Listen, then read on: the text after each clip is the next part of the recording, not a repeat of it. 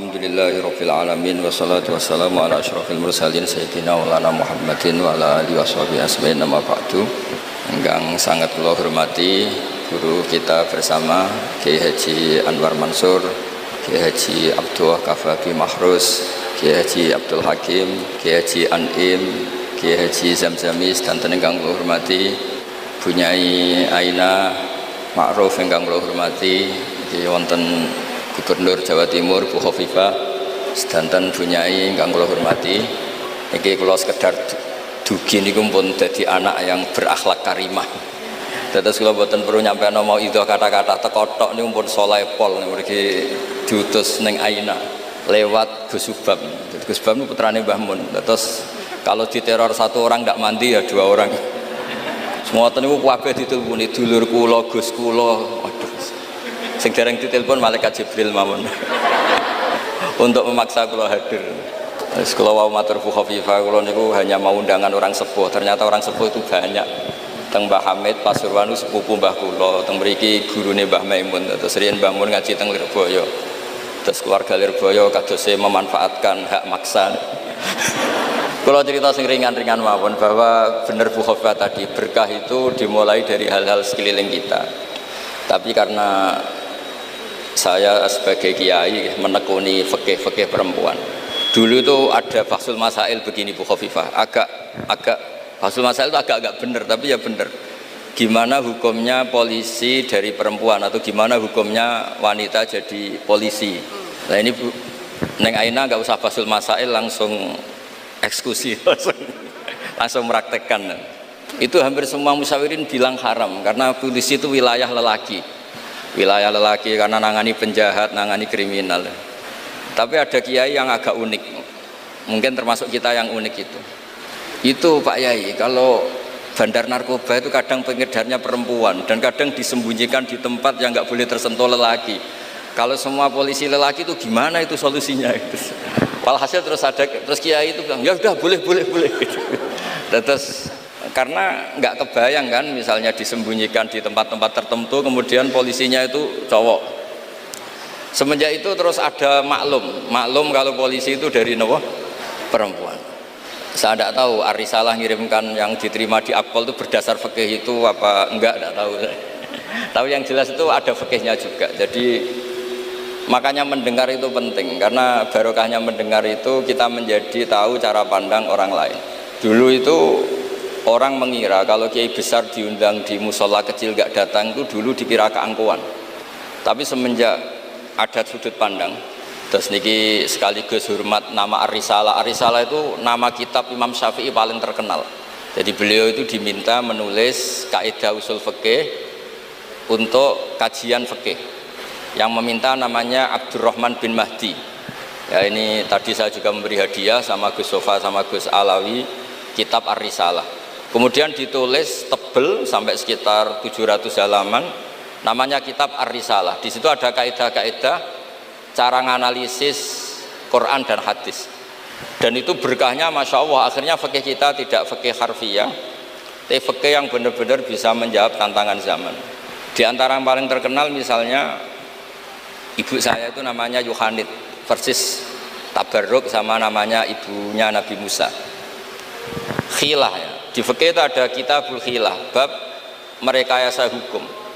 Jadi Nabi Musa kita tahu lahir di tahun yang ada kebijakan menyembelih anak-anak Bani Israel, sehingga sama ibunya dilarungkan ke sungai.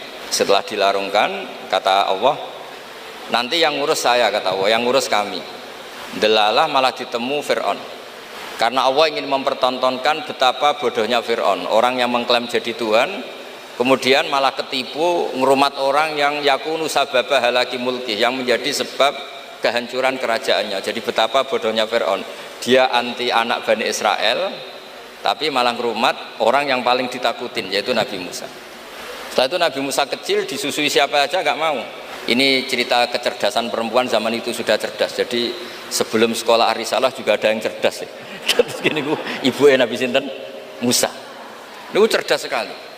Dia minta saudaranya supaya meneliti ini larungan Nabi Musa sampai mana? Singkat cerita ngerti kalau itu ditemu Fir'aun.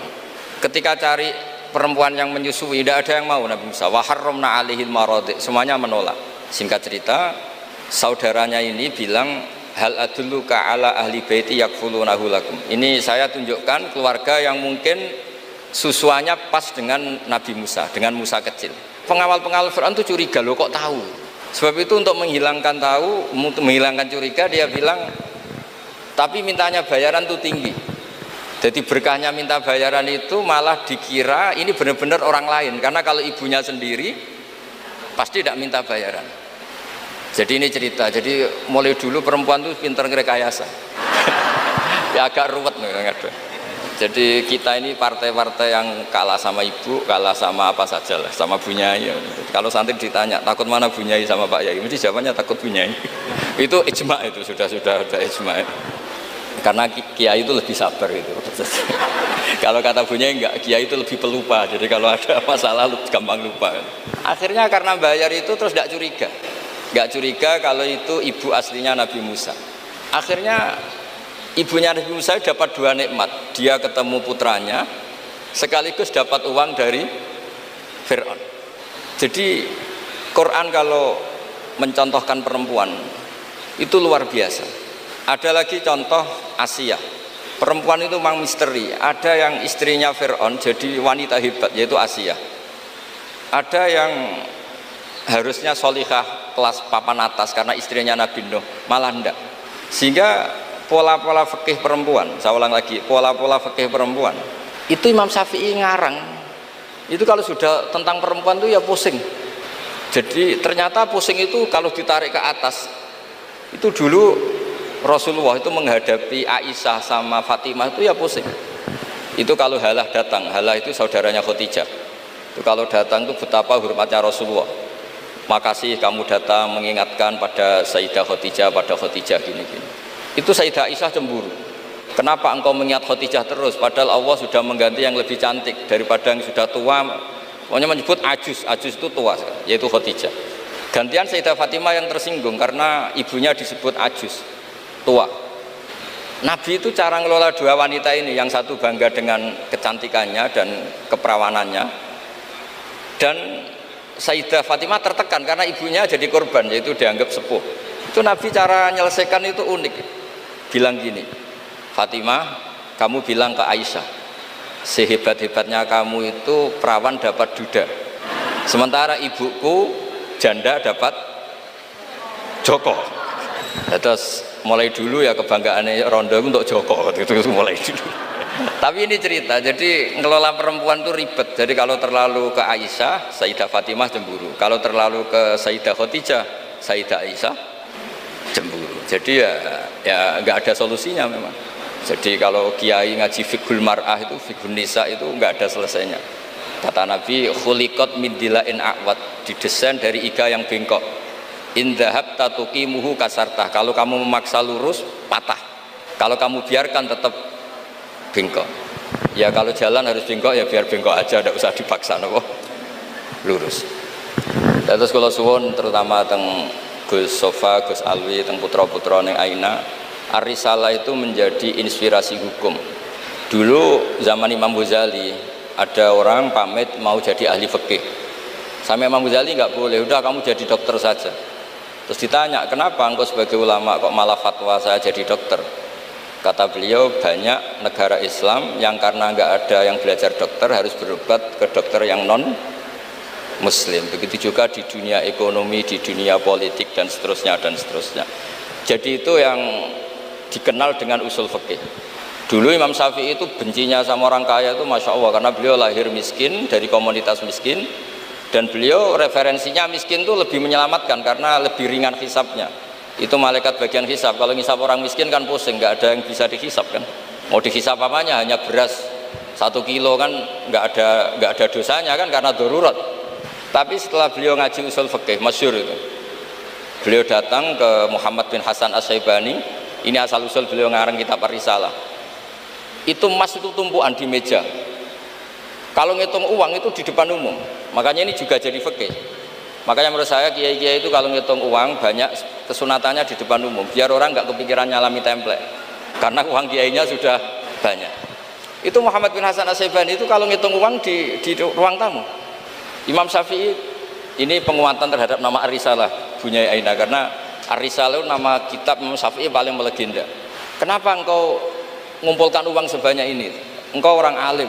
Biasanya orang alim itu nggak suka uang, nggak suka harta. Terus Muhammad bin Hasan Asy-Syaibani ini guru kedua, termasuk guru kesekian lah dari Imam Syafi'i. Oh berarti saya orang alim, orang soleh nggak punya uang. Iya, orang alim biasanya nggak punya. Sudah tak kasihkan orang fasik biar dipakai dugem, dipakai main perempuan, dipakai judi. Jangan, pakai jenengan saja. Kalau orang soleh nanti manfaat. Oh berarti orang soleh oleh sugih pun angsal. Semenjak itu Imam Syafi'i berpikir rubah. Awal perubahan itu karena beliau ngaji sama Muhammad bin Hasan Asy-Syaibani. Beliau menjadi al-usuli, orang yang berpikir secara usul fikih. Lama-lama terus beliau ngarang kitab yang terkenal itu namanya kitab Ar-Risalah. Terus nama Risalah itu semoga nama yang tidak main-main, benar-benar nama yang mencerminkan keilmuan yang dalam. Karena di kitab Ar-Risalah itu Imam Syafi'i benar-benar menganalisis cara al-istinbat minal kitabi was sunnah. Dan terus beliau kalau ditanya masyhur itu ya, apa dalilnya perempuan misalnya mimpin, beliau cerita ini wajadtum ra'atan tamlikuhum wa utiyat min kulli syai'. Semuanya itu ada dalil, meskipun nanti ada aturan-aturannya, tapi Imam Syafi'i itu begitu fasih. Dan ini bisa kita lihat kalau kita belajar kitab Ar-Risalah, karena logika yang dibangun kayak tadi. Boleh nggak perempuan jadi polisi? Pertama pilihannya pasti tidak boleh, karena ada wilayah-wilayah yang ekstrim, takut diperkosa, takut mengalami pelecehan seksual macam-macam. Tapi ketika pertanyaannya dibalik, ketika kejahatan ada yang bentuknya nyuwun sewu pemerkosaan dan harus dites, terbukti tidak diperkosa apa-apa, terus kalau polisinya lelaki semua itu gimana ya? Begitu juga dokter kandungan, dulu itu geger, dokter kandungan itu boleh nggak dari lelaki, geger. Tapi setelah Basul Masail didatangkan dokter kandungan, itu dari 10 yang tes itu yang lulus lelaki semua, yang perempuan nggak lulus, karena ketika melihat pendarahan si perempuan ini kaget terus pingsan. Akhirnya yang dablek-dablek ini yang lulus jadi dokter. Nah akhirnya terus mulai ahli fikih itu mikir dari penjelasan tadi, apalagi kalau menunggu lama, terus jaraknya jauh, dia harus ke tempat prakteknya malam-malam, kan kadang bayi juga mintanya lahir setengah 2 dini hari. Nah, itu kan juga repot itu kalau singkat cerita akhirnya mau tidak mau ahli fikih ini mendengar dengan kondisi-kondisi seperti itu. Lagi-lagi jawabannya di kitab Ar-Risalah. Jadi kitab Ar-Risalah itu kitab di mana Imam Syafi'i itu berargumen. Sama seperti tadi, kiai besar diundang di musola kecil itu kalau nggak datang, dulu dianggap sombong. Mentang-mentang sudah besar diundang musola kecil nggak mau. Tapi setelah ada fikih itu, pikirannya dibalik. Wong jatah kiai cilik kok dijupuk yo gitu. Nah itu kalau toko-toko besar boleh di kampung-kampung kan kasihan yang ibu-ibu pedagang. Nah sekarang kalau kiai besar, payune kiai desa pendak manakipan ae sing kiai ini teko, kiai gede. Apa dadi lakone ra sida kan begitu. Wong saya berkali-kali ngalamin tuh, kalau saya nggak datang di acara-acara gitu, mesti kiai kampungnya matur nuwun Gus jenengan gak teko, muga teko. Ya karena mereka jadi lakon tapi kalau saya datang kan mahjub. Nah itu kan terus jadi mindset fikih juga. Ternyata cara pandang, oh nak teko kiai yang sopan, kiai gede kok diundang musola cilik teko. Itu mungkin kata orang banyak seperti itu, tapi tanyakan kiai yang kiai RT itu. Sopan opo? Jupuk rezekine wong kan begitu. Nah, fikih-fikih seperti ini itu adanya di kitab Ar-Risalah itu. Jadi Ar-Risalah itu kitab yang luar biasa. Jadi berkali-kali kalau matur sudut pandang itu harus kuat. Ya, sudut pandang itu harus kuat. Ya tadi, misalnya Imam Sa'roni dulu itu ditanya, kenapa engkau sekarang suka jadi orang kaya, padahal dulu anda senang jadi orang miskin. Beliau cerita ada ulama ditanya seperti itu, terus ngendikan li'afuza biladzatil khitab, supaya saya kalau ada khitabnya Allah itu tidak ngenes. Khitab apa? Wa anfiqu fisabilillah, kamu harus berderma di jalan Allah. Uang saja tidak punya kok disuruh berderma, supaya kalau baca Quran itu tidak ngenes teman-teman itu. Dan misalnya wajah itu bi amwalikum, saya tidak punya harta. Ya semuanya walhasil saya minta lah, baru karena kitab Ar-Risalah itu yang miskin gak seneng karena nanti tidak ada hisab, yang kaya juga seneng karena lebih manfaat pada orang banyak, yang nggak jabat ya seneng karena meringankan hisab, yang jabat seneng karena pahalanya banyak karena ngurus orang nopo banyak. Kalau nu aslinya terkenal ini bukan seneng, nanti saat ini kalau bukan nanti ngurus median bukan nanti pasrah pangeran sebuah urusan, tapi dongo menolak itu gak bukan wani kalau pangeran. Mereka engkau nak sing wong carane ngaji gratisan nggih liwat wong koyo kula-kula ngeten iki. Karena kalau yang terkenal itu semuanya matre, itu juga repot umat. Tapi nak kula terkenal kula yo repot, wis la haula wala quwata illa billah wa hasbunallahu wa ni'mal wakil. Jadi kula suwun niki memang diminta ngaji ilmiah nggih. Kula minta pondok ini harus menjadi pondok ilmiah. Yaitu misalnya ada dokter yang muslim, muslimah, soleh, solihah, anggap saja itu awal dari praktek islami di dunia apa? Kedokteran. Misalnya di kepolisian juga sama, di birokrasi juga sama, karena berkahnya hidup itu kalau dikawal orang soleh. Wa maka nawau li'adzibahum wa anta fihim. Komunitas yang tidak soleh, ada satu saja yang soleh. Soleh itu bisa materinya karena soleh, kayak para habaib atau Rasulillah, atau soleh karena perilakunya, atau soleh karena keinginannya. Itu semuanya berkah, menjadikan azab ini tidak turun. Wa maka Allah liyu'adzibahum wa anta fihim. Terus kula mboten saged matur kata-kata, kula teko tok pun sopan, pun ganjaran kula pun kathah niku pun. Kula nak ngaji di rumah pakai kitab itu bisa 2 jam, bisa 3 jam. Tapi kalau ngaji seperti ini itu kan koyok kedikte gitu. Temanya diatur, jamnya diatur. Saya itu kiai yang paling pantangan diatur, tapi karena kalah sepuh ya sudah, jadi ganjaran ngaji ini tidak ilmiahnya tapi tawaduk saya gitu. Dimugi barokah tawaduk niki kula nggih untuk barokah Pondok Lirboyo ngoten mawon. Assalamualaikum warahmatullahi wabarakatuh. Coba.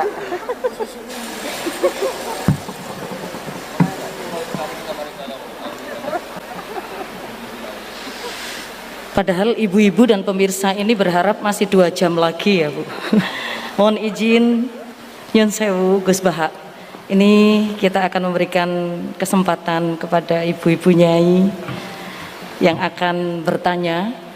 Dan ini pertanyaannya memang harus ditanyakan pagi hari ini karena kehadiran Gus Baha benar-benar sudah ditunggu-tunggu. Sepertinya bisa dimulai dengan pertanyaan yang pertama. Sinten monggo? Nggih, monggo. Assalamualaikum warahmatullahi wabarakatuh.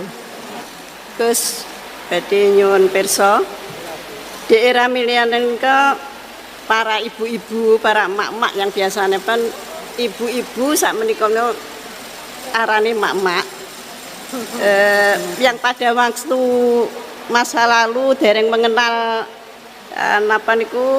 dereng mengenal dan memahami perkembangan ilmu pengetahuan dan teknologi seperti saat sekarang, kadang-kadang merasa bingung. Ibu-ibu merasa bingung menghadapi tantangan pendidikan di masa sekarang ini.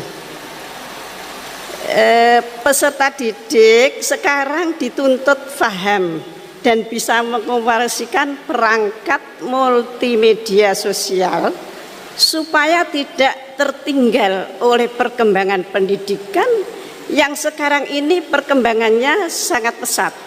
Sementara di sisi lain banyak informasi kurang mendidik yang bersumber dari perangkat multimedia tersebut. Ngeten Gus, ibu-ibu menika kadang-kadang bingung.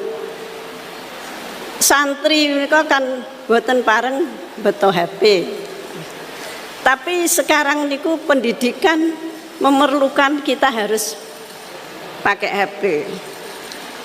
Nah, yang ibu-ibu itu mau mengikuti itu sudah kadang-kadang sininya sudah tidak nyambung. Diwarai WA mawon kadang-kadang mboten saged. Nah mungkin kalau santri itu sudah mengunci HP-nya, kita tidak ngerti ini bagaimana caranya kalau dikunci, jadi tidak bisa. Terus bagaimana Gus caranya kita itu bisa mengarahkan anak-anak sehingga anak-anak itu walaupun pakai HP bisa bisa mempergunakan dengan sebaik-baiknya. Kadang-kadang di pondok itu sudah diberi jam, nanti jam segini ditumpuk, tapi wong ya anak ya tetap anak, kadang-kadang ya diselipkan. Kemudian pertanyaan kita sebagai orang tua dari anak-anak kami, baik para santri atau anak kami sendiri, apa yang harus kita lakukan? Repot, HP saja tidak bisa, apalagi laptop. Padahal anak-anak itu kalau mencet itu sudah tahu apa-apa. Sedangkan kita yang tua tidak ngerti caranya mencet kadang-kadang. Kemudian bagaimana gini Gus, supaya anak-anak itu juga bisa mengikuti zaman tapi selamat sehingga mereka bisa pinter dalam ilmu pengetahuan tapi juga hatinya selamat, bisa selamat di dunia dan selamat di akhirat. Matur suwun. Monggo Gus Bahak.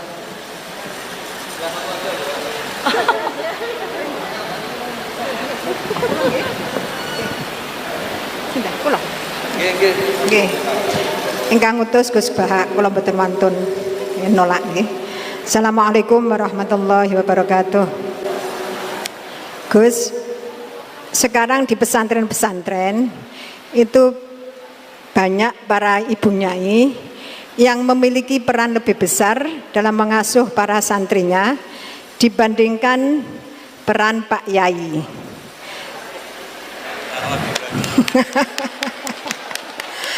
Tapi ketika ada ibu nyai yang namanya tercantum sebagai pengasuh, masih banyak masyarakat yang memandang tabu ini Gus, atau tidak etis. Bahkan dalam sebuah lembaga yayasan seringkali perempuan-perempuan itu dimarginalkan. Padahal perempuan itu kalau diberi kesempatan luar biasa Gus, laki-laki kalah semuanya. Kadang pendapatnya itu tidak dihiraukan, meskipun sebenarnya bagus. Dan ini loh Gus, saya minta keadilannya Gus.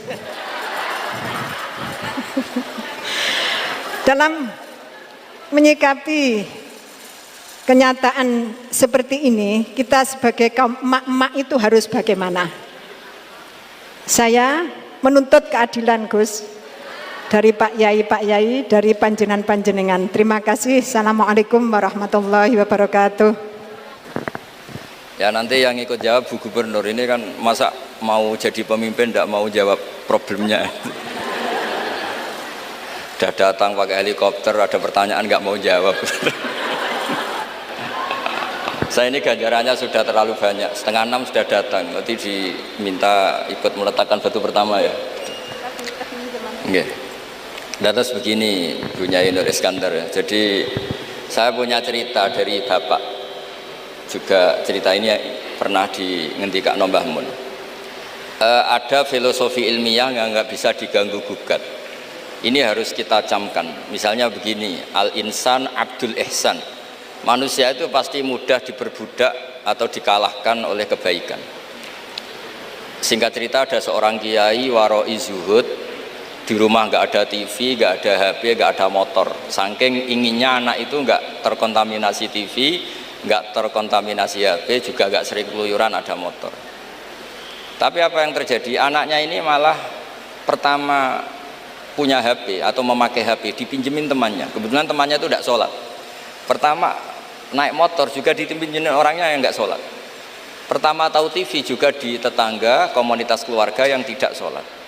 Sehingga perasaan anak ini hanya punya utang jasa sama orang yang tidak sholat. Lama-lama kenangannya apa? Ternyata orang yang tidak sholat itu lebih manusiawi ketimbang yang sholat. Singkat cerita anak ini akhirnya nggak sholat. Ketika anaknya itu nggak sholat, orang tuanya itu coro Jawa itu tobat, minta maaf sama bapak, sama saya. Era kiai saya minta, karena melihat Mbah Maimun itu di rumahnya ya ada TV, bapak saya di rumah ada TV, juga ada motor. Ketika sowan, walhasil intinya diceritain kenapa banyak kiai alim yang longgar, di rumah ada TV, ada HP, ada motor. Ternyata karena jangan sampai anak kita pertama merasa utang jasa itu sama orang lain. Nah, kalau orang lain ini yang orang nggak bener bisa berabe kan. Nah pondok juga gitu, kalau terlalu ketat HP, terlalu ketat apa, ternyata HP ini barang mewah, barang wow, kebetulan yang nilai orang lain, dan akhirnya santri ini merasa utang jasa sama orang. Nah, ya kalau orang lain ini tepaan orang soleh, kalau enggak.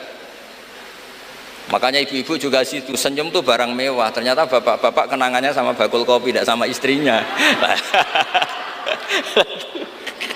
Akhirnya yang diingat ya bakul kopi, karena senyum itu mewah. Ini sekaligus jawab pertanyaan yang enak, minta keadilan.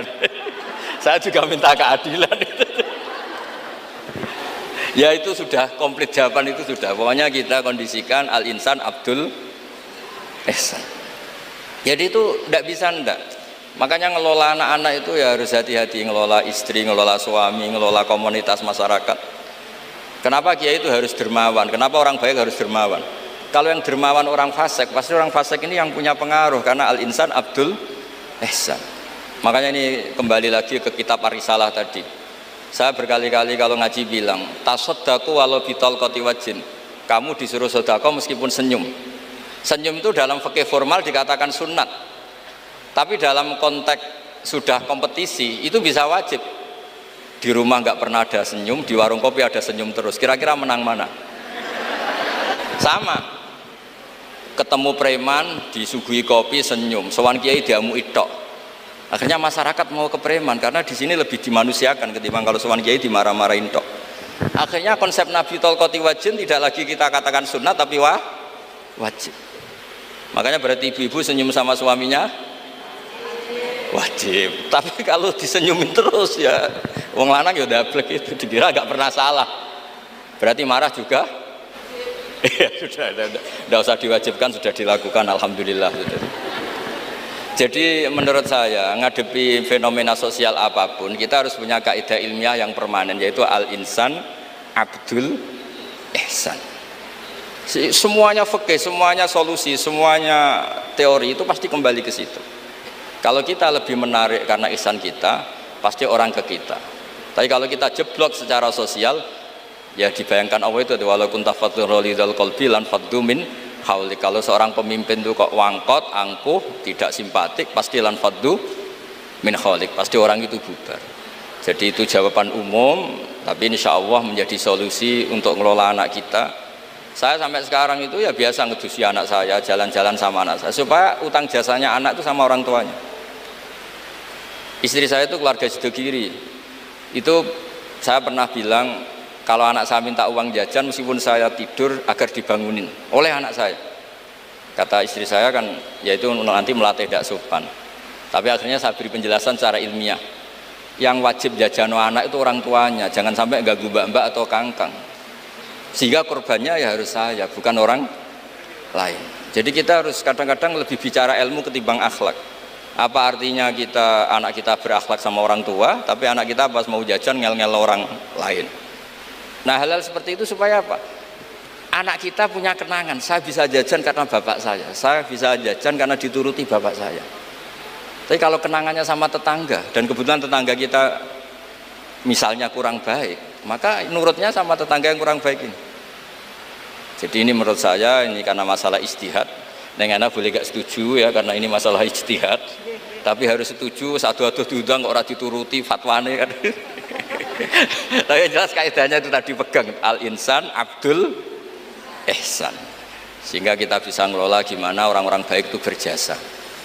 Makanya ketika Rasulullah SAW masyhur itu, inna hadatin irtadaituhu li nafsi wala yusliha li hadatini illa sakha wa husnul khuluq. Agama ini sudah final, cuma yang bisa mengawal agama ini hanya dua, yaitu dermawan dan husnul khuluq. Jangan sampai orang lain yang nggak benar lebih berempati, lebih dermawan, sementara yang soleh kurang mawan atau kurang empati, sehingga kompetisinya orang soleh ini kalah. Ya saya kira demikian. Ini mohon terakhir, mohon assalamualaikum warahmatullahi wabarakatuh. Nah, jadi itu teman-teman tentang reaction ngaji kita bersama dengan Kiai Haji Bahauddin Nur Salim atau Gus Baha dalam acara yang ada di Pondok Pesantren Lirboyo bersama dengan Kiai Haji Anwar Mansur, dan juga ada Bu Khofifah, Gubernur Jawa Timur ya. Dan beberapa di antara catatan yang bisa kita dapatkan dalam kajian kita kali ini, yang pertama adalah berkah itu dimulai dari hal-hal yang keseharian di sekeliling kita, dan semakin baik maka akan semakin bertambah kebaikannya di sekeliling kita itu. Kemudian fikih mengatur perempuan itu bahkan sampai pada boleh tidaknya perempuan menjadi polisi. Kalau perempuan menjadi polisi itu boleh atau tidak ya, yang mana karena hal-hal tertentu perempuan menjadi polisi itu ada fikihnya, ternyata boleh. Dan karena beberapa hal yang mana beberapa tadi dikatakan, kadang penjahat itu ada yang melakukan atau menyembunyikan sesuatu, harus ditelisik di tempat-tempat tertentu yang tidak boleh laki-laki kalau dalam Islam, sehingga polisi perempuan itu ya boleh. Kemudian kecerdasan perempuan itu ternyata sudah ada sejak dulu, bahkan ibunya Nabi Musa itu cerdas sekali. Nabi Musa itu dilarungkan karena pada saat itu Fir'aun sedang mengejar siapapun bayi laki-laki Bani Israel akan dibunuh.